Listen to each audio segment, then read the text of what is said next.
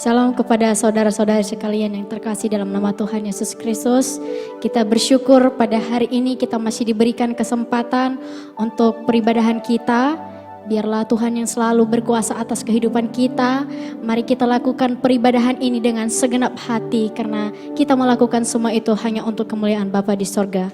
Untuk itu mari kita nyanyikan lagu Kemenangan Terjadi di Sini.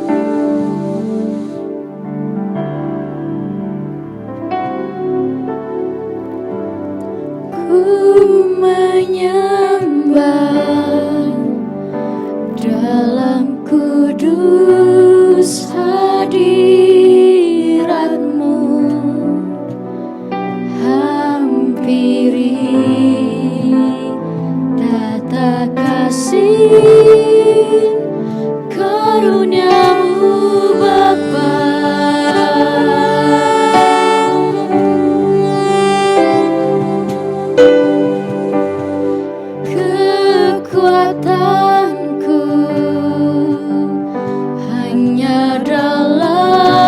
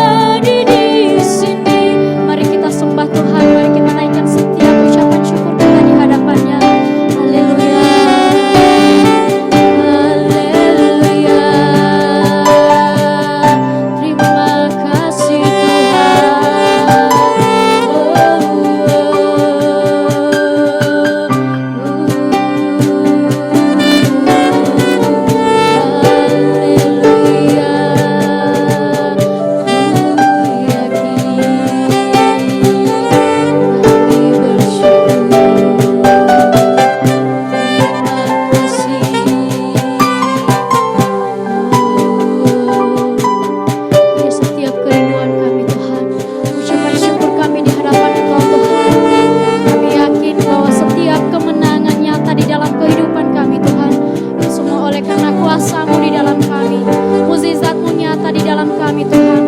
Kesembuhan, kelepasan, itu yang selalu kami nantikan Tuhan. Terima kasih Tuhan. Haleluya, haleluya. Kami sembah, kami puji.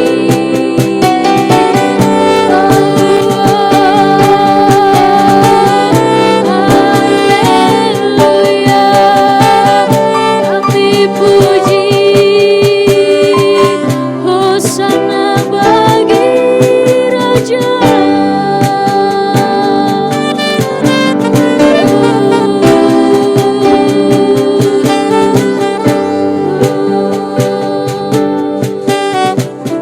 Katakan, ku yakin Kau hadir di sini.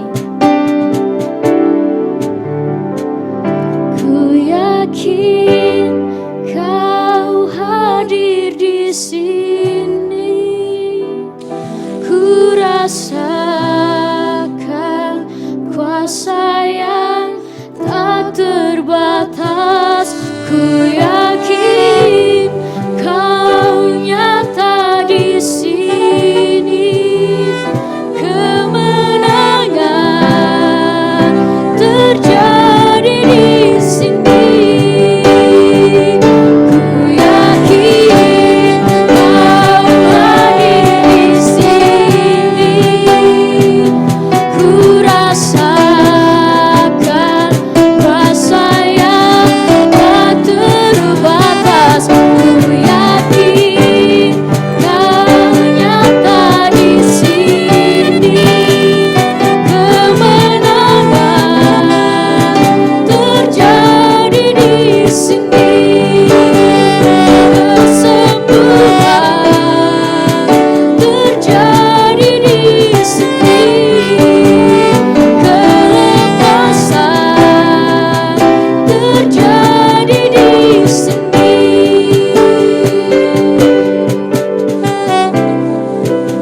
Amin Tuhan. Ini setiap kerinduan kami Tuhan. Kemenangan yang dari Engkau, kekuatan yang dari Engkau, kesembuhan, pelepasan, setiap anugerah-Mu di dalam kehidupan kami Tuhan. Itu yang selalu kami rindukan. Kami bersyukur pada saat hari ini Tuhan, Engkau masih mengizinkan kami Tuhan untuk melakukan peribadahan ini. Walaupun secara tidak tatap muka Tuhan, tapi ya kami yakin dan percaya bahwa kuasa-Mu selalu nyata di dalam kehidupan kami Tuhan. Nyata di setiap langkah kami Tuhan. Terima kasih Tuhan, terima kasih. Ini ucapan syukur kami Tuhan.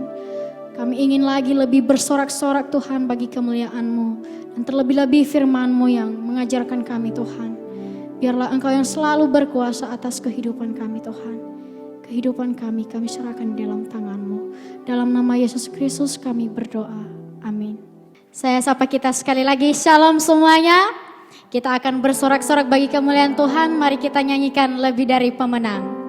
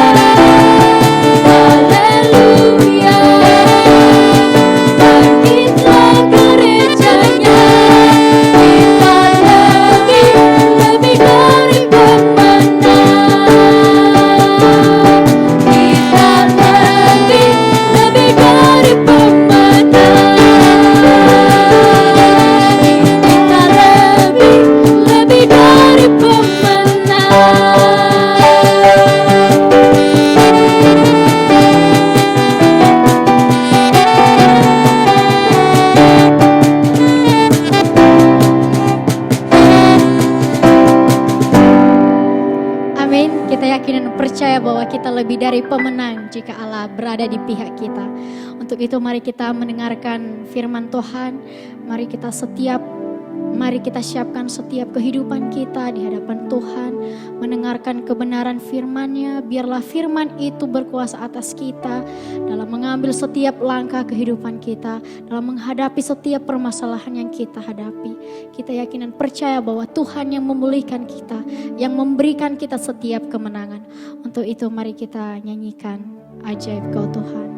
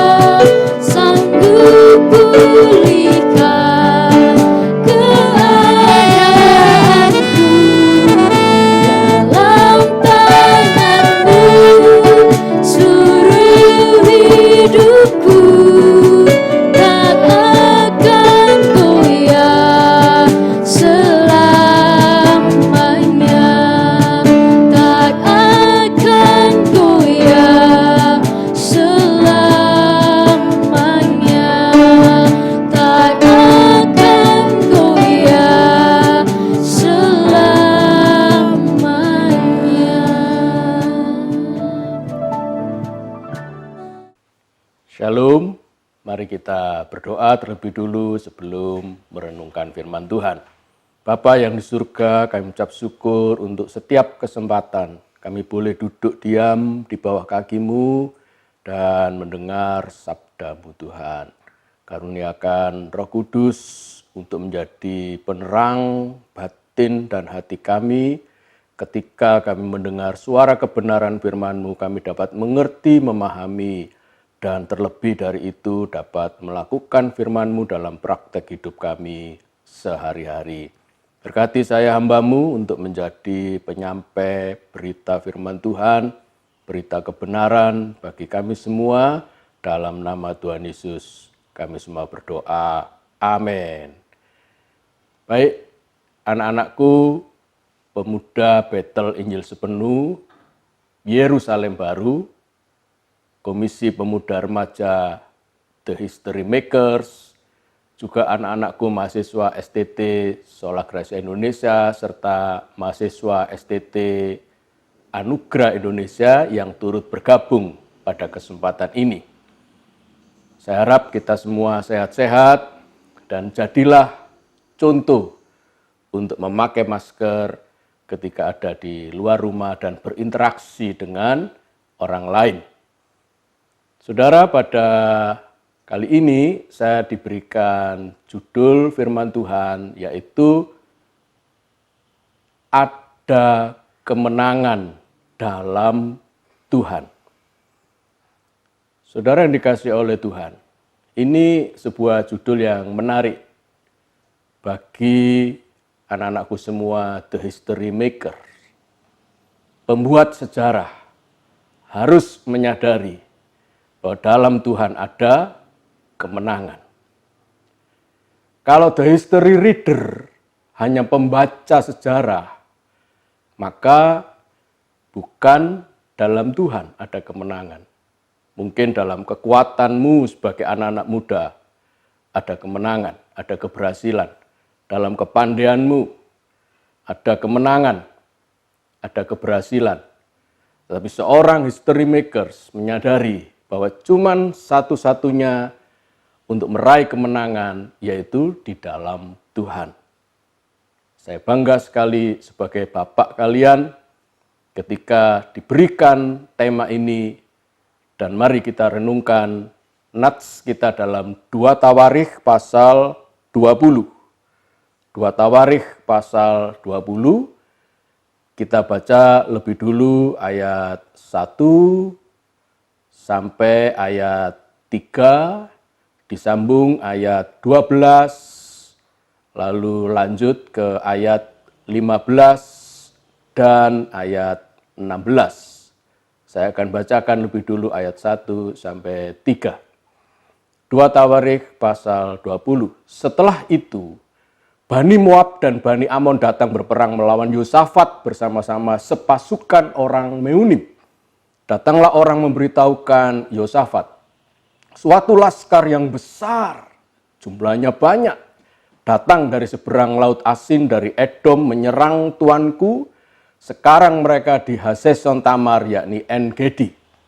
Ayat 3, Yosafat menjadi takut, lalu mengambil keputusan untuk mencari Tuhan.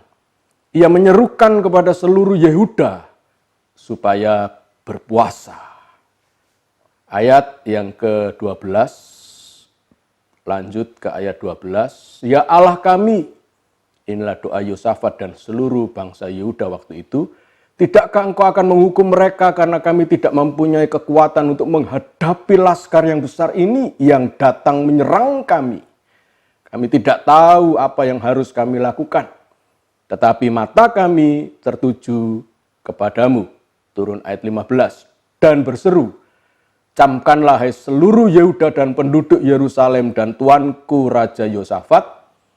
Ini adalah pesan Tuhan melalui hambanya kepada Yosafat. Beginilah firman Tuhan kepadamu, janganlah kamu takut dan terkejut karena laskar yang besar ini. Sebab bukan kamu yang akan berperang, melainkan Allah. Besok haruslah kamu turun menyerang mereka. Mereka akan mendaki pendakian Sis, dan kamu akan mendapati mereka di ujung lembah, di muka padang gurun Yeruel. Saudara dikasih oleh Tuhan, kita belajar pada poin yang pertama bahwa tidak ada kemenangan tanpa peperangan. Kalau saudara mau meraih kemenangan, tentu saja harus melewati peperangan. Sebuah keberhasilan di kelas saudara atau di tingkat untuk yang sudah belajar di perguruan tinggi, di semester berikutnya yang lebih tinggi, tentu saja harus melewati ujian. Kelulusan harus melewati ujian. Begitu juga dengan kemenangan harus melewati peperangan. Seringkali kita tidak mengerti kenapa Tuhan seolah-olah tega mengizinkan peperangan. Bahkan peperangan itu sengit bagi kita. Berat untuk dilewati dan dihadapi. Seringkali seperti itu. Mungkin di tengah-tengah pandemi ini orang tua kalian terdampak. Ekonomi keluargamu mungkin jauh lebih menurun dari sebelum pandemi. Anak-anakku sekalian, bantulah orang tuamu dalam doa. Katakan dengan menguatkan iman mereka, hati mereka. Pak, Bu, seringkali Tuhan mengizinkan peperangan itu terjadi hanya untuk memberi kemenangan. Itulah cara Tuhan. Untuk memberikan kemenangan yang besar.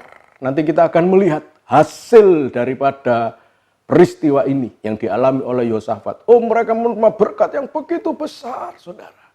Jarahan yang begitu besar sehingga untuk mengumpulkan jarahan itu butuh waktu 3 hari. Kemenangan yang besar bukan? Tetapi jalan Tuhan seringkali memberkati itu melewati peperangan. Saudara lihat di sini. Ada 3 bangsa yang berkoalisi menyerang Yehuda. Bani Moab, Bani Amon, dan pasukan Meunim datang menyerang dan sudah bersiap-siap berkemah di En-Gedi menghadapi bangsa Yehuda yang kecil. Waktu itu diperintah oleh Raja Yosafat. Dia menjadi Raja Yehuda. Dan orang melaporkan kepada Yosafat bahwa ada laskar yang besar yang dari Edom dan menyerang tuanku. Edom atau Esau sebetulnya leluhur mereka adalah sepasang saudara, bahkan saudara kembar, saudara. Tetapi lihat, anak keturunannya saling berhadapan untuk bertempur dan tidak seimbang. Sehingga ayat yang ketiga, Yosafat menjadi takut. Takut itu normal ketika menghadapi suatu tantangan, peperangan yang besar. Tetapi di luar kenormalan itu, ada beberapa langkah yang bertentangan, yang diambil oleh orang yang takut. Yang pertama adalah seperti Yosafat, mengambil keputusan untuk mencari Tuhan. Tetapi kelompok yang lain ketika menjadi takut, mengambil keputusan yang salah, mencari solusi di luar Tuhan.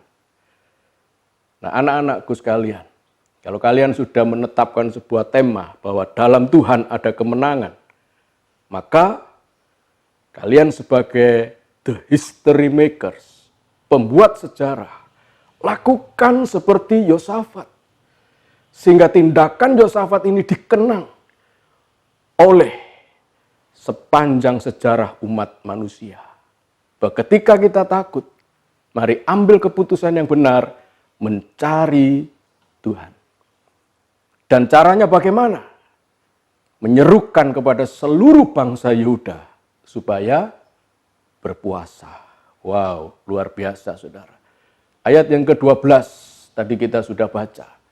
Bahwa doanya itu luar biasa. Dengan pengakuan yang jujur, kami tidak mempunyai kekuatan menghadapi laskar yang besar ini. Bahkan kami takut Tuhan kepada mereka.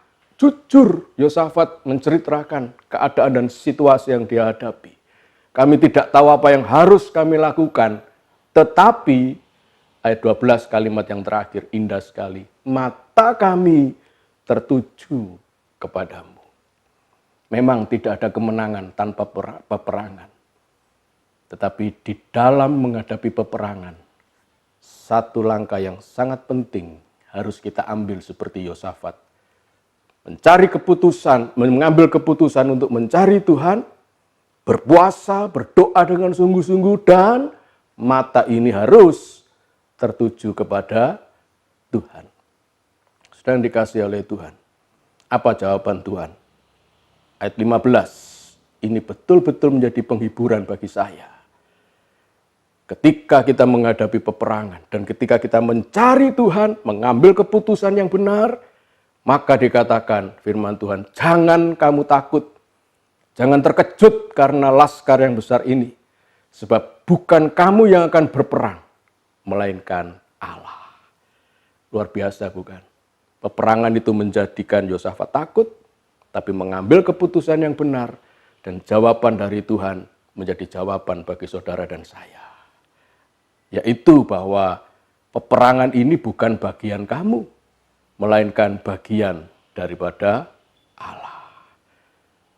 Ayat 16, peperangannya itu bagian daripada Allah, tapi besok kamu turun menyerang mereka. Ada bagian yang Allah kerjakan, bahwa peperangan ini adalah diambil alih sepenuhnya 100% oleh Allah, tetapi juga ada bagian kita, bahwa kita tetap harus berperang. Haleluya saudara. Jangan lagi takut, hadapi masalah. Hadapi peperangan dan tantangan kita dengan berani dan beriman bahwa ini peperangan dipimpin oleh Tuhan. Dan kita hanya mengikut dari belakang. Yang kedua, kita belajar bahwa tidak ada kemenangan tanpa Yesus. Itulah tema yang diberikan kepada saya. Bahwa dalam Tuhan ada kemenangan. Di ayat yang ke-17 dan 18, mari kita baca. 2 Tawarik 20 ayat 17. Dalam peperangan ini, tidak usah kamu bertempur. Tetap mereka menghadapi peperangan, tapi tidak perlu bertempur, mengeluarkan tenaga mereka, berhadapan secara fisik dengan tentara penyerbu. Hai Yehuda dan Yerusalem, lihat saudara, tinggallah berdiri di tempatmu dan lihatlah bagaimana Tuhan memberikan kemenangan kepadamu. Engkau cukup melihat penghancuran dari Tuhan terhadap musuh-musuhmu.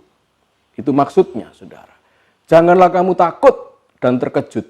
Majulah besok menghadapi mereka. Dan ini yang luar biasa. Tuhan akan menyertai kamu. Tidak ada kemenangan di luar Tuhan. Tidak ada kemenangan tanpa Yesus. Karena Yesus gelarnya adalah Immanuel, Tuhan beserta kita. Ayat 18. Lalu berlututlah Yosafat dengan mukanya ke tanah.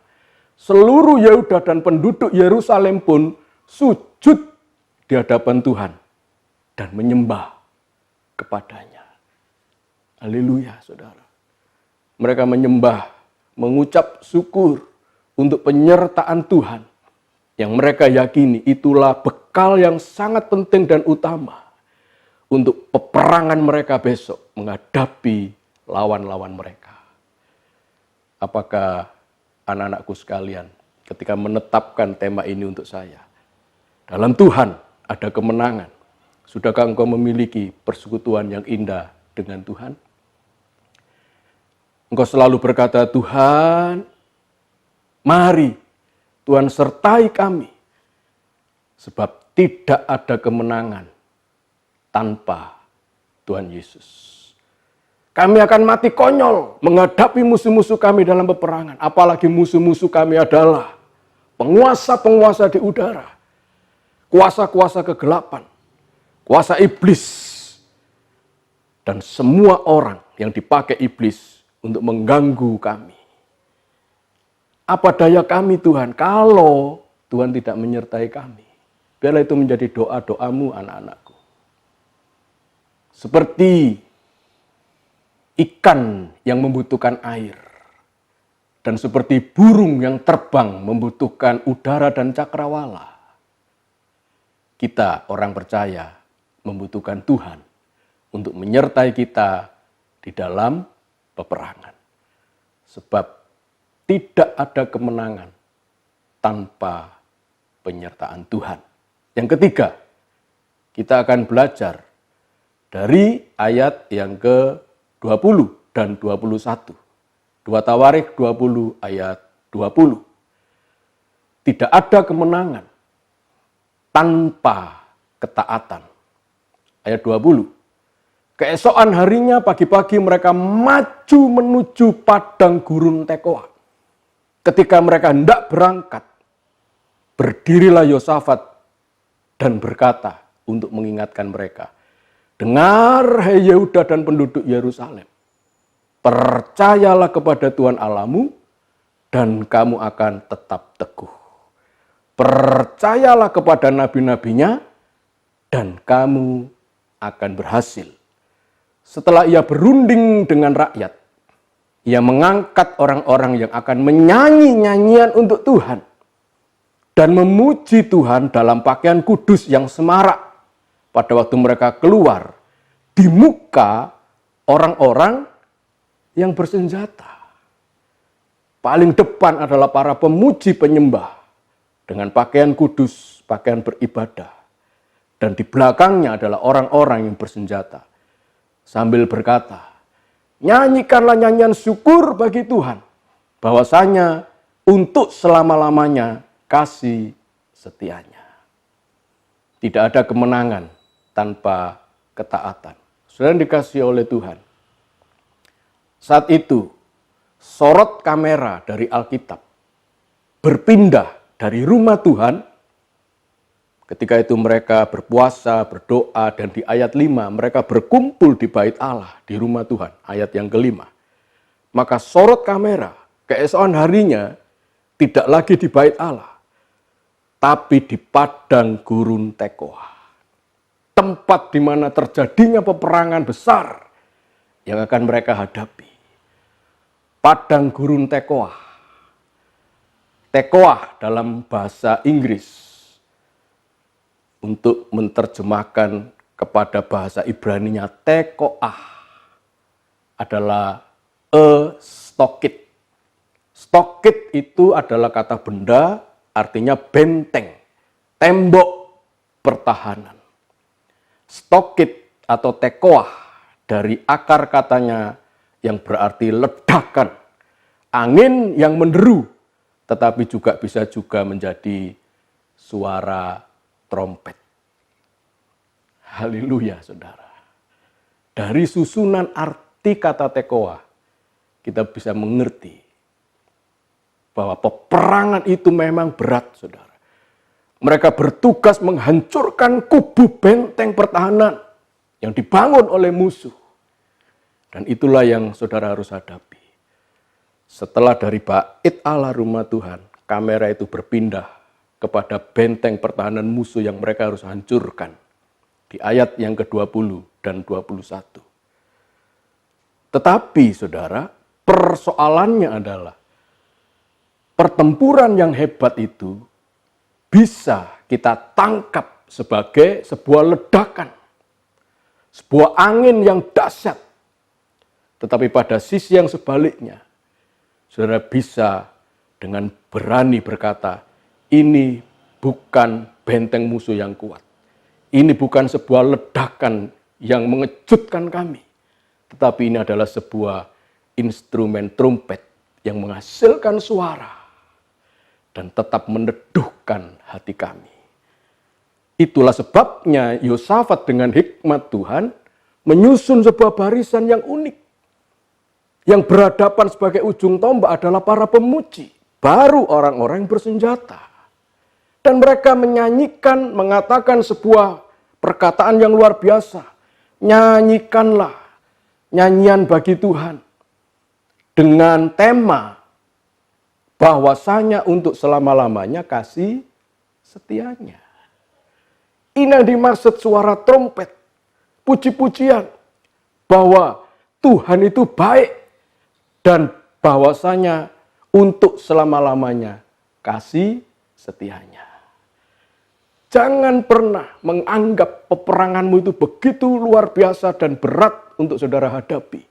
Sebagai sebuah ledakan angin yang dahsyat yang menghancurkan hidupmu. No, tidak saudara. Tetapi jadikan tekoah peperangan saudara adalah sebuah kesempatan mendengar suara trompet dan nyanyian serta berkata, Tuhan, Engkau baik dan bahwasanya untuk selama-lamanya kasih setiamu. Ini membutuhkan ketaatan, saudara. Mereka tidak boleh berperang loh. Bertempur, berhadapan musuh tidak boleh. Tuhan sudah berpesan, kamu berdiri saja di sana dan menyaksikan penghancuran dari Tuhan sendiri. Dan itu luar biasa, membutuhkan sebuah ketaatan. Mungkin beberapa orang yang sudah jago berpengalaman berperang, tangannya gatal saudara, untuk melempar lembing, untuk melempar panah mereka. Tetapi Tuhan sudah berkata, kamu harus taat, berdiri saja dan melihat penghancuran daripada Tuhan. Kamu tidak boleh berbuat apa-apa. Ini peperangan milikku, kata Tuhan. Dan itu membutuhkan ketaatan. Ada sebuah peperangan yang unik yang dipimpin oleh seorang laksamana yang membawa armada beberapa kapal, saudara. Ketika laksamana dan prajurit tempur laut yang dipimpinnya mendarat di pulau musuh, apa yang dilakukan oleh laksamana? Dia memerintahkan setelah kamu semua mendarat di garis pantai pertahanan musuh, bakar semua kapal-kapal ini. Mereka pertamanya tidak mengerti, nanti kita pulangnya naik apa? Masa harus berenang? Tidak, saudara. Mereka taat saja apa yang diperintahkan oleh panglima perang mereka, Laksamana yang memimpin peperangan itu. Dan mereka membakar semua kapal dan menenggelamkan kapal-kapal mereka. Saudara, setelah itu, mereka bertempur dengan sengit dengan musuh mereka. Dengan berpikir bahwa kalau kami tidak menduduki pulau ini, kami tidak akan pulang. Karena kapal kami harus dibakar. Dan itu yang memotivasi mereka untuk bertempur habis-habisan sampai mendapat kemenangan. Untung mereka taat kepada perintah panglima mereka. Dan itu menghasilkan sebuah kobaran semangat yang berapi-api untuk bertempur sampai menang dan menguasai pulau itu. Sehingga mereka tidak perlu pulang ke rumah, tapi merebut pulau itu, saudara. Menjadi wilayah kekuasaan mereka. Tidak ada kemenangan tanpa ketaatan. Mari kita lihat hasil dari kemenangan mereka yang dicatat oleh Alkitab kita. Ayat 24 sampai ayat yang ke-27. Ayat 24, ketika orang Yehuda tiba di tempat peninjauan di padang gurun, mereka menengok ke tempat laskar musuh itu. Tampaklah semuanya telah menjadi bangkai, berhantaran di tanah. Tidak ada yang terluput.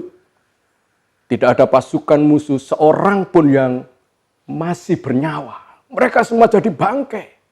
Luar biasa, saudara. Lalu Yosafat dan orang-orangnya turun untuk menjarah barang-barang mereka.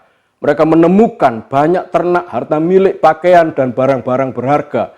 Yang mereka rampas itu lebih banyak daripada yang dapat dibawa. Yang dirampas lebih banyak daripada yang dapat mereka bawa. 3 hari lamanya mereka menjarah barang-barang itu karena begitu banyaknya. Pada hari yang keempat mereka berkumpul di lembah pujian. Di sanalah mereka memuji Tuhan dan itulah sebabnya orang menamakan tempat itu lembah pujian hingga sekarang. Lalu pulanglah sekalian orang Yehuda dan Yerusalem dengan Yosafat di depan. Mereka kembali ke Yerusalem dengan sukacita karena Tuhan telah membuat mereka bersukacita karena kekalahan musuh mereka. Saudara lihat, untuk memberikan ternak, harta milik, pakaian yang indah-indah, itu tidak gratis, saudara. Tetapi harus melewati peperangan. Secara pribadi Yosafat harus melewati lembah ketakutan. Suasana hati yang haru biru dikuasai oleh ketakutan. Untung dia mengambil keputusan mencari Tuhan, berpuasa, berkumpul di bait Tuhan, dan mata mereka tertuju kepada Tuhan. Dan Tuhan memberikan pesan-pesan firman Tuhan untuk jangan takut, karena peperangan ini adalah peperangan bagiannya Tuhan, dan kamu hanya berdiri saja menyaksikannya. Dan mereka melakukan puji-pujian seperti yang di atas tadi kita sudah baca, hasilnya kemenangan yang besar, dan mereka kembali ke Yerusalem dengan sukacita, dengan tidak lupa memuji Tuhan lagi. Apa isi pujiannya? Isi puji-pujiannya sukacita karena kekalahan dari musuh mereka. Kiranya ini menjadi pesan firman Tuhan. Jadilah the history makers yang memetik kemenangan demi kemenangan dalam hidupmu. Dan doa saya selalu menyertai kalian, anak-anakku yang luar biasa. Baik PBIS Yerusalem Baru, mahasiswa STT Sola Gracia Indonesia, dan juga mahasiswa STT Anugerah Indonesia yang mengikuti ibadah ini. Tuhan memberkati, haleluya. Bapa yang di surga, kami berdoa, berterima kasih untuk firman-Mu. Biarlah firman-Mu yang sederhana dan singkat ini boleh menjadi rema bagi kami, bahwa tidak ada kemenangan tanpa peperangan. Tidak ada kemenangan tanpa penyertaan Tuhan. Dan tidak ada kemenangan tanpa ketaatan. Biarlah ini kami lakukan dalam hidup kami. Terima kasih Tuhan, berkati kami semua, darah Yesus melindungi kami dan juga membentengi kami dari segala penyakit, penyebaran virus corona dan penyakit apapun. Tuhan melindungi kami sehat, kami dapat meraih masa depan kami, dan kami dapat menyelesaikan visi dan misi Tuhan bagi kami di muka bumi ini. Berikan kami hati yang takut akan Tuhan. Apapun yang kami lakukan, biarlah itu semua demi untuk memuliakan Tuhan. Berkat daripada Allah Bapa, kasih karunia Tuhan Yesus, dan persekutuan Allah Roh Kudus memberkati kami semua, mulai hari ini sampai selama-lamanya. Dalam nama Tuhan Yesus yang percaya, mari kita katakan sama-sama, amin. Tuhan memberkati.